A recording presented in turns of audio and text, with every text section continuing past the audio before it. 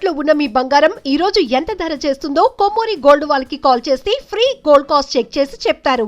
Pakistan India మీద అంత వైరాగ్యం చూపించారు కదా, ఎటువంటి గొడవలు బయట అంటే ఇలా ఉంటుంది, పాకిస్తాన్ ఇలా ఉంటారు, ముస్లిమ్స్ ఇలా ఉంటారు అనే దాని మీద ఎప్పుడు ఏం గొడవ జరగలేదు. ముస్లిమ్స్ అని అందరిని అవ్వలేదు, అందుకనే అమ్జద్ ఖాన్ క్యారెక్టర్ క్రియేట్ చేసింది.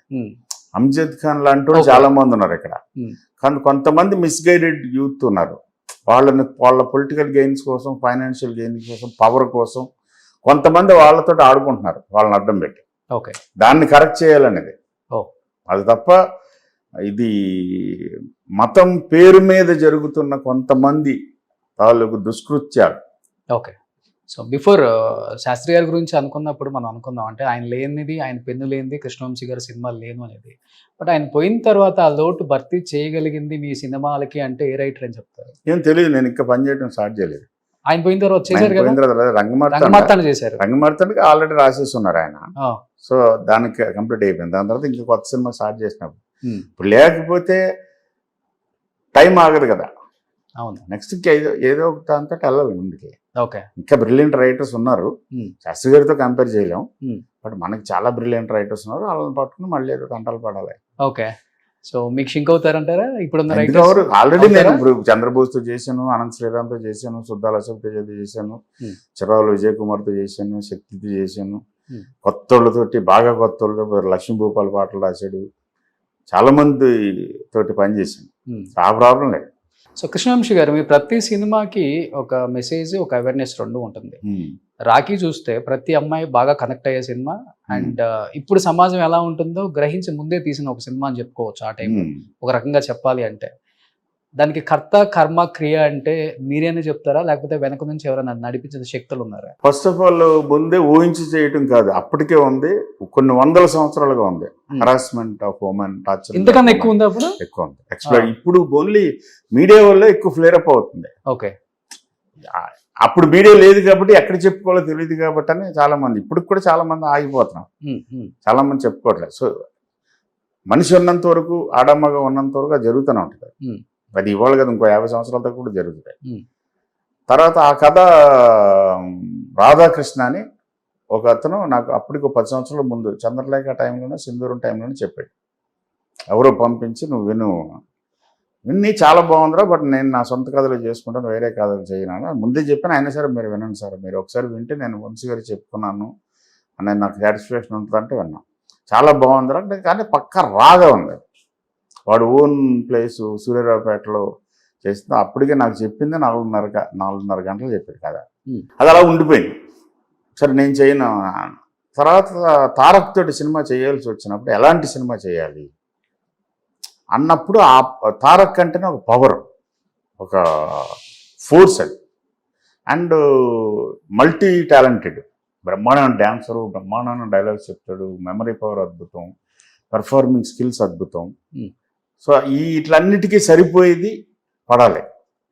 అప్పుడు అది గుర్తొచ్చి దాన్ని రివైవ్ చేసి రాధాని పిలిపించి మళ్ళీ మొత్తం ఎక్కడెక్కడో తిరుగుతున్నాడు. అప్పటికే దాని మొత్తం కథ రాసుకుని నేను ఆ కథను మొత్తాన్ని పూర్తిగా మార్చి అడాప్ట్ చేసి కొన్ని క్యారెక్టర్స్, కొన్ని సీక్వెన్స్లు మాత్రం తీసుకుని మళ్ళీ ఫుల్ స్క్రీన్ ప్లే రీవర్క్ చేసి కొంత ఈ ఎలిమెంట్స్, సాంగ్స్, ఫైట్స్ ఇవన్నీ కూడా ఇన్కార్పొరేట్ చేసి చేసింది. సో క్రెడిట్ రాధాది, సోర్స్ హార్ట్ రాధా ఐడియా.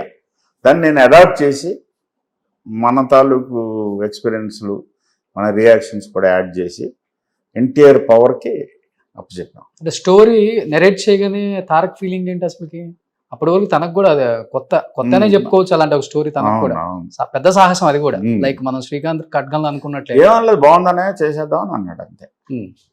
అదే సీన్ ఉంటుంది సుహాసిని గారిని కాలుతుంది అనే సీన్, రియల్ గా ఆ టైంలో కావాలి, ఆ ఎమోషన్స్ రావాలని తనిన సీన్ అయినా చాలా మంది చెప్తుంటారు బయట.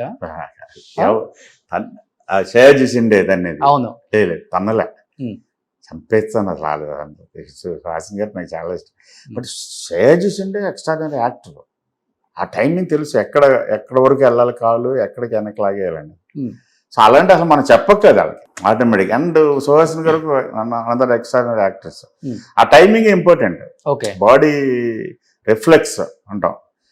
ఎంతవరకు కాల్ వస్తుంది ఆ అమ్మకి ముందే చెప్పి ఇలా ఉంటుందమ్మా అని, ఓకే మీకు ఓకే అంటే చేద్దాం, లేకపోతే వద్దంటే లేదు లేదు చేద్దాం ఓకే బాగుందని చెప్పాను. అన్న తర్వాత ఆ టైమింగ్ వాళ్ళిద్దరూ చూసుకున్నారు. అండ్ శ్రేయస్ అంటే terrific actor, very good human being. Okay. So ఎదుటి యాక్టర్ ఎంతవరకు వెళ్ళొచ్చు అనేది ఆయనకి బాగా తెలుసు. ఓకే. సో ప్రతి డైరెక్టర్కి ఒక ఫేవరెట్ హీరోయిన్ ఉంటుంది, బట్ ఆ ఫేవరెట్ హీరోయిన్తో వర్క్ చేయడం అనేది ఇంకొక పెద్ద డ్రీమ్ అని చెప్పుకోవచ్చు. అలా మీ లైఫ్లో జరిగిందా? రమ్య. ఓ, రమ్య గారు కాకుండా రమ్య గారు కాకపోతే నేను పనిచేసిన హీరోయిన్స్ అందరూ నాకు favourite heroines. Okay. They are beautiful angels. దేవకని ఫస్ట్ సౌందర్య గారి పేరు చెప్తారా? సౌందర్య గారు కానీ, సోనాలి బెంద్రే కానీ, మహేశ్వరి కానీ, తబ్బు కానీ, సంగవి కానీ, గీత కానీ, ఇషా కొప్పి గారు కానీ, అండ్ సాక్షి శివానంద్ కానీ. ఫస్ట్ టైం తను వర్క్ చేసిన హీరోయిన్ పేర్లన్నీ గుర్తు పెట్టుకున్న one and only director Krishna Vamsi గారు. కాజల్ అగర్వాల్ కానీ, సింధు మేనన్ కానీ, జెనీలియా డిసోజా కానీ, సూపర్ గారు, భావన కానీ, మహాత్మలో. సో మర్చిపోదాను రమ్యకృష్ణ గారు ఫస్ట్ చెప్పారు. కాదు, నువ్వు అడిగిన ప్రశ్న సమాధానం చెప్పు. మర్చిపోదాను ఆమె పేరు ఫస్ట్ చెప్పారు. నువ్వు అడిగిన పేరు చెప్పాను, నువ్వు అడిగిన ప్రశ్నకి సమాధానం చెప్పు. Okay. But Ramya great actress, మంచి యాక్ట్రెస్ అని తెలుసు, కానీ ఎంత గ్రేట్ యాక్ట్రెస్ అనేది రంగమార్తాండలో పనిచేస్తున్నప్పుడు అర్థమైంది నాకు. ఓకే. గ్రేట్. శివగామి చూసినప్పుడు అనిపించలేదా? శివగామికి వెనకాల సపోర్ట్ ఉంది, బ్రహ్మాండం డైలాగ్ ఉంది, స్టేజింగ్ ఉంది, ఒక బ్రహ్మాండమైన క్యారెక్టరు. ఆటోమేటిక్ మిగతా వాళ్ళు అందరూ ఆవిడ వస్తే కింద కూర్చుని పోతారు. అది చూస్తుంటే ఎవరు చేసినా బాగానే ఉంటుంది అనిపిస్తుంది. ఓకే. ఈ సినిమాలో అవి ఏం లేవు, ఓన్లీ ఐస్, డైలాగ్ కూడా లేదు. ఓకే. ఐస్ తోటి చూపించాలి, అది కష్టం అంట. టూ ఎక్స్ట్రీమ్స్ అయ్యి, నీలాంబరి నరసింహలో ప్లస్ బాహుబలిలో శివగామి, ఈ రెండు ఒక హైట్స్. మన రాజు గారు రంగమార్తాండలో ఇంకొక ఎక్స్ట్రీమ్. సో నీలాంబరి శివగామి అంటే ఆమెను చూసి స్క్రీన్ మీద రియల్ లైఫ్ లో ఎలానే ఉంటారేమో అనేది కొంత ఇమాజిన్ చేసుకుంటారు ఆడియన్స్. లేకపోతే అంటే అసలు రియల్ లైఫ్ లో రమ్యకృష్ణ గారు అంటే ఏమని చెప్తారు? చాలా ఫన్ లవింగ్ పర్సన్, చాలా soft, smart and sharp. Okay. Super sharp, బాగా ఫన్ లవింగ్ పర్సన్. బాగా వంట చేస్తారని విన్నా నేను. అవును, ఆవిడకి సరదా. ఓకే. రసాలు కూడా 4-5 వెరైటీలు పెడతారు. అవును, అవి కానీ నాన్ వెజిటేరియన్ కానీ, వెజిటేరియన్ కానీ, దోశలు కానీ. ఓకే. వెరీ గుడ్ చేసి. అంత టైం ఉంటుందా రమకృష్ణ గారికి? She enjoys it. Okay. So time తీసుకుని చేస్తుంది. ఈవెన్ షూటింగ్స్ దగ్గర కూడా లంచ్ బ్రేక్కి ఆవిడకి ఒక 2-3 కూరలు వండుకుంటుంది. ఆమె వండుకుంటుంది ఇప్పుడు కూడా క్యారవాన్లో. ఓకే. రసం పెట్టుకుంటుంది. సో రమ్య గారు చేసే ఫుడ్ లో మీకు బాగా ఇష్టమైన ఫుడ్?